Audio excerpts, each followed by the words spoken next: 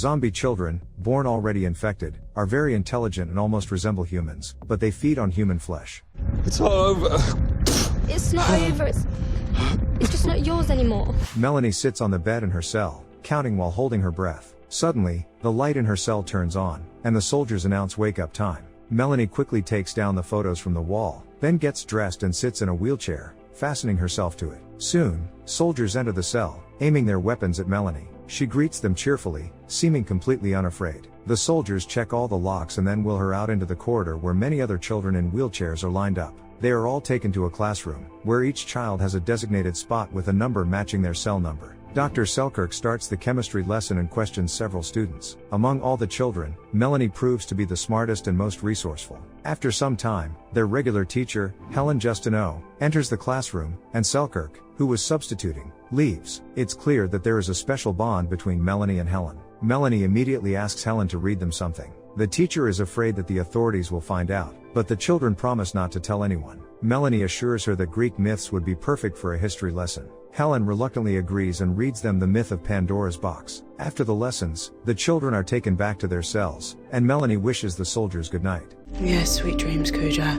Don't bloody talk to it. Freed from her restraints, Melanie reattaches the photos to the wall as the light in her cell goes out. Later, her dinner is brought in the form of a whole plate of worms. Melanie eagerly devours them and then falls asleep. The next morning, before wake-up time, Dr. Caldwell visits Melanie. The girl excitedly reports that she has solved the problem, and Caldwell gives her a new one, a logic puzzle about Schrödinger's cat. Melanie can't answer right away, and Caldwell notes that she is excellent at imitating human behavior. Caldwell then asks her to pick a number between 1 and 20, and Melanie chooses 13. After wake-up, the children are taken back to the classroom, but Melanie notices that cell 13 is still closed. In class, she also sees the empty 13th seat while Helen reads them another story. The children begin to wonder where their classmate has gone, and Helen, avoiding the question, distracts them with a new assignment. She says she'll free one of their hands, and they are to write their own story. Soon, the time for the assignment is up, and Helen asks who wants to read their story aloud. Melanie immediately raises her hand and reads a story about a beautiful woman attacked by a monster and a girl who saved her by defeating the monster, after which they lived together. It's clear Melanie is writing about herself and her teacher. Helen, moved to tears by Melanie's story, approaches her and touches her head, but Sergeant Eddie Parks bursts into the classroom. He reminds Helen that touching the children is forbidden and demonstrates what can happen if this rule is not followed. Parks rolls up his sleeve, wipes off the blocker hiding his human scent, and brings his hand closer to one of the students. The boy catches the scent and suddenly, following the boy's attempt to attack Parks, the other children also begin to succumb to their horrific instinct. Finally, Parks ends his experiment and reapplies the protective substance to his arm. He reminds everyone that these are not children, despite their appearance, and Helen insists that she understands. The lesson concludes, and the children are taken back to their cells. Soldiers are about to remove Melanie's straps when Parks suddenly enters her cell. Melanie is clearly displeased to see him and says that Helen touched her because she likes her, but she would never touch Parks. Parks then orders Privates Gallagher and Dillon out of the room, leaving Melanie strapped to the chair as retaliation before he exits. Meanwhile, Helen leaves the classroom and walks down the corridor past the children's cells. She decides to check on Melanie and sees her still sitting in the chair. Helen calls for the guards, but no one responds, so she uses her key to open the door. Realizing that Parks is to blame, she begins to unfasten the straps. Helen's hands get too close to Melanie, and the girl, sensing the human scent, starts to clench her jaws. Fortunately, Melanie realizes she could be dangerous to Helen, so she stops her from fully undoing the straps and forces her out of the cell. Helen rushes into the corridor, apologizing to Melanie and quickly applying the blocker she had forgotten to use earlier. Some time later, Dr. Caldwell approaches Melanie's cell. She finds the empty tube of blocker and asks the girl who visited her. Melanie says no one came, but Caldwell already has a good idea who it was. She then asks Melanie to choose another number, and Melanie picks 4, the number of her cell. Caldwell asks if she is sure about her decision, then leaves. The next morning, after wake-up, Sergeant Parks comes for Melanie and takes her to a laboratory outside the base. Outside, Melanie sees hordes of adult zombies, who have completely lost their humanity, trying to break into the base, while the military shoots them down. Soon, Melanie is in the laboratory where Dr. Caldwell and Dr. Selkirk are waiting for her. They inject her with a sedative, and Caldwell asks if she has solved the Schrödinger's cat problem. Melanie claims there was no cat in the box, but Caldwell explains that the cat is both alive and dead at the same time. They then move Melanie to a table and restrain her again, preparing for surgery. Melanie asks to be released so she can go to class, but Caldwell tells Selkirk to administer a stronger sedative. At that moment, Helen bursts into the laboratory, demanding they stop the procedure. Caldwell insists it's impossible. Helen then grabs a fire extinguisher and smashes the phone with it, threatening Caldwell and Selkirk. This isn't what I signed up for. It is exactly what you signed up for. We're cutting up children. Caldwell believes that these creatures only appear to be children, but in reality, a virus that turns them into zombies controls their consciousness. Helen objects, arguing that Caldwell hasn't even fully interacted with them. Caldwell assures her that they can discuss it and asks Helen to put down the fire extinguisher. As soon as Helen gets distracted while placing it on the floor, Caldwell grabs a canister and sprays toxic liquid into her eyes. Melanie begs them to leave Helen alone, but they ignore her. Selkirk runs to get security, and 2 soldiers grab Helen. Caldwell explains that she can't let Melanie go because she is key to finishing the vaccine. She demands they take Helen away, and the soldiers remind her that they have a more pressing problem with the zombies breaking into the facility, but Caldwell insists. At that moment, an alarm starts blaring. Selkirk lowers the protective shutters, but one of the zombies that had managed to enter the lab breaks the glass and bites her arm. Caldwell hits the zombie on the head with the extinguisher and stabs another with a scalpel, only to notice that she has injured her own hand. Selkirk begins to turn into a zombie and tries to attack Caldwell, but Caldwell manages to hide behind a door in time. Since Melanie is also a zombie, albeit a rational one, Selkirk and the others do not attack her. Melanie manages to grab a scalpel, cut her restraints, and free herself. She runs outside, where the remaining soldiers are shooting down hordes of zombies. In the midst of the chaos, Helen, who is being led to safety by the soldiers, spots Melanie. She runs towards Melanie, but a soldier knocks her out with the butt of his rifle. Helen loses consciousness, and Melanie charges at the soldiers. Satiated, Melanie falls asleep contentedly right on the ground. Soon, Helen regains consciousness, picks up Melanie, and jumps into a vehicle with Sergeant Parks, Dr. Caldwell, and Privates Dillon and Gallagher. However, no one except Caldwell notices the presence of the dangerous child. As they escape the crazed zombies, the soldiers soon discover Melanie in the vehicle and immediately aim their weapons at her. Helen shields her with her body and then lets her out of the vehicle. The soldiers attempt to contact the base but receive no response. They decide to keep moving, but Caldwell insists that they must first retrieve her test subject, meaning Melanie. Helen approaches Melanie, but the girl tells her not to come too close. Melanie is tormented by guilt for attacking people, but Helen reassures her, saying she saved her just like in her story. Parks announces they will replenish their water supplies and then head to headquarters to organize a search and rescue operation. Helen asks what they plan to do with Melanie, and Caldwell suggests transporting her in the spare tire compartment since she is a crucial research subject. Caldwell's words infuriate Helen, and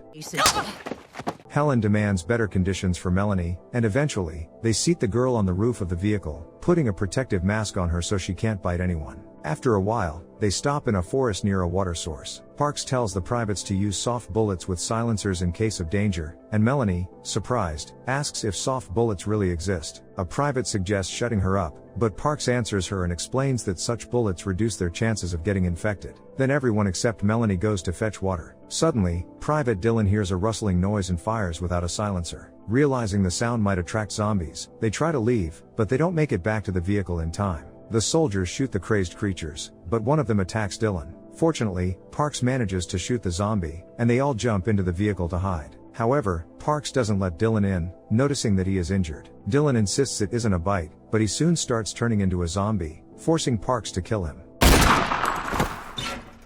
Melanie notices that Dillon has turned just like Selkirk, and Helen explains that the zombies, or hungries, are infected with a fungal infection that spreads through bites and any contact with bodily fluids. Soon, they realize that the vehicle is damaged by gunfire, and they'll have to go on foot. Parks suggests going straight through London, which is filled with hungries, because they can find food there. From there, they'll contact headquarters to be picked up by helicopter. In the city, they find many sleeping hungries and decide to move through them quietly, using blocker cream on their skin to avoid detection. For a while, the hungries don't notice them, but then Caldwell sees a zombie with a stroller, where something is moving. She carefully lifts the blanket and screams in horror when she sees a rat eating the baby inside. A few hungries wake up, and the soldiers shoot them down, miraculously not waking the others. The team then takes shelter in an abandoned hospital. Parks, irritated, asks Caldwell why she touched the baby, and she replies that she wanted to gather information on maternal care among the hungries, as it's part of her research. It was until the fence went down.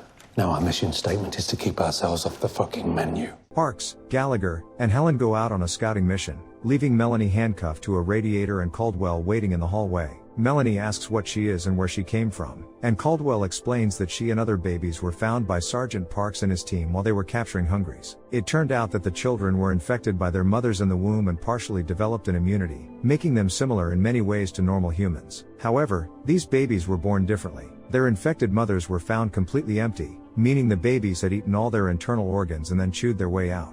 I don't want to be hungry. But that's what you are. And now, Dr. Caldwell's main goal is to create a vaccine that can save humanity from turning into zombies. Meanwhile, Helen finds a chained zombie in one of the hallways, who had gnawed off his own hand to satisfy his hunger. He tries to attack Helen, but she shoots him. At night, Helen visits Melanie, brings her new clothes, and apologizes for not finding any food for her, promising to do so in the morning. Later, she asks Parks why they haven't heard back from headquarters, and he suggests they might be too busy. She then shares her concerns about how Melanie idolizes her too much, and Parks says that the girl simply loves her. Everyone goes to sleep, while Melanie talks with Gallagher, who is keeping watch over her. It seems the private has also started to see her as a human rather than a hungry. The next morning, the team discovers that the hospital is surrounded by hordes of zombies. Melanie volunteers to go outside and distract the hungry since they won't attack her. Caldwell is reluctant to let her go, fearing she might run away, but Melanie assures her she will return and asks to go out in her new clothes. Outside, Melanie carefully observes the infected, then notices a cat, and the zombie within her awakens. She tears off her mask and pounces on the animal, finally satisfying her hunger. She then explores various houses with fascination, as she has never seen anything like them. In one, she finds a dog. Melanie picks it up and brings it back to the hospital to use as bait. Sure enough, the hungries immediately catch the dog's scent and chase after it, moving away from the hospital. The team is horrified by Melanie's bloodstained face and clothes, but she calmly says that she is no longer hungry. Parks puts her mask and handcuffs back on, and they continue on their way. Soon, they climb onto the roof of a building to assess the situation and see that the entire city is filled with sleeping zombies. Parks suggests that Melanie go out again to find a safe route for them. She happily agrees and asks for a radio. Parks shows her how to use it, and Melanie sets off to explore the city. Soon, Melanie finds a safe street with only a few hungries and calls the others, then gets distracted by an advertisement. Do you want a cat? I already had one. On their journey, the team finds several bodies of hungries with strange plants growing out of them. Caldwell mentions that she has already received reports of similar occurrences, explaining that this is the next stage in the pathogen's life cycle. Melanie asks if the same thing will happen to her, but Caldwell notes that in the second generation of infected, the fungus develops as a symbiont rather than a parasite. After a while, they come across a much larger plant formed from zombie bodies. Caldwell continues to explain that this represents the fungal reproduction stage. This is why hungries cluster together, allowing the fungus to grow more efficiently. She also points out spore pods within the massive plant, numbering in the tens of thousands. Caldwell states that once they open, it will spell the end of the world as the infection will spread through the air. However, for now, the pods remain hard and do not show signs of opening. Soon, the team discovers an armored mobile laboratory powered by solar panels. Parks tries to start the engine and then attempts to contact headquarters, but with no success. Gallagher goes out to search for food while Melanie struggles to resist attacking anyone. She says she needs to eat, and they let her out. Melanie soon catches a bird and devours it hungrily. Then, she hears strange noises from a nearby bookstore. Looking inside, she discovers a group of feral children communicating with various sounds. Suddenly, one of them runs in and tells the others he has smelled food. They rush outside, and Melanie realizes these children have found Gallagher, who has wandered too far. In the lab, Caldwell's condition worsens. She tells Helen that she has sepsis from a cut and doesn't have much time left. She also wants to finish creating the vaccine and asks for permission to use Melanie's brain and spine. She'd feel nothing. That's more your thing than hers. At that moment, Melanie returns to the lab and says that children like her are trying to eat Gallagher. She mentions that the blocker also has a scent, and they probably know it from the mobile lab workers. Meanwhile, Gallagher finds a can on the ground, then another, leading him into a trap set by the children in the bookstore. As he gathers food, he notices magazines, and a girl with a rat in her hand appears behind him. She lures him to the shelves, where the others ambush him. The team rushes to help Gallagher, guided by Melanie's sense of smell. They soon find the bookstore and discover a half-eaten Gallagher. Suddenly, Melanie realizes they have also fallen into a trap. The team moves outside and sees the entrance surrounded by a horde of hungry children. Parks is about to shoot them, but Melanie insists she can handle it. Melanie scares the children off with a threatening growl and then engages their leader in a fight. She manages to secretly handcuff him to a metal grate, grabs his bat, and starts beating him, demonstrating her strength and dominance, showing the others that humans are her prey. Parks, Helen, and Melanie return to the lab and find the door open. Inside, they see Caldwell in a protective mask, spraying a sedative. Everyone falls asleep, and Caldwell drags Melanie to the table to finish her work on the vaccine. Momentarily distracted by severe pain in her hand, Caldwell is suddenly confronted by Melanie, who appears behind her. If you tried to cut me, I'd bite you. I don't think you'd like that. Melanie also mentions that she doesn't need to breathe, and Caldwell realizes that the fungus provides her body with oxygen. Caldwell decides to persuade Melanie to voluntarily sacrifice her life for Helen, who will turn into a zombie when the spores are released into the air. Melanie notices that Caldwell hasn't managed to open the box, but the doctor claims that the release of the spores could be triggered by anything, like an earthquake or a fire. Melanie is about to agree, but suddenly she asks if Caldwell thinks she is a real living being or still believes she is just imitating human behavior. Caldwell insists that she is alive, and Melanie asks, Then why should it be us who die for you? Melanie grabs a box of matches and runs out of the lab. Caldwell tries to catch her but is soon attacked by a group of zombie children. Melanie reaches a huge plant with spore pods and decides to set it on fire. The pods start exploding, sending spores all over the city. Melanie returns to the lab and suddenly sees Parks, who had gone looking for her and is now infected. She explains that she released the spores on purpose to turn all humans into hungries. However, she didn't want to harm them, so she closed the lab's airlock, hoping no one would come out. Parks feels himself starting to turn into a zombie and asks Melanie to shoot him so he doesn't become one of the monsters. Meanwhile, Helen, the only survivor, wakes up in the lab, protected from the spores. Outside, Melanie is waiting for her, and Helen understands what has happened as she sees the spores flying around. Some time later, Helen sets up a board by the glass doors and starts teaching the children she knew from the base and the wild kids now led by Melanie. The girl asks Helen to read to them again, noting that they have plenty of time for it now. What do you think? Will the remaining humans, like Helen, be able to revive civilization as it once was? Or has the world permanently shifted to the hungries? Share your thoughts in the comments below, hit the like button and subscribe to the channel. See you in the next video.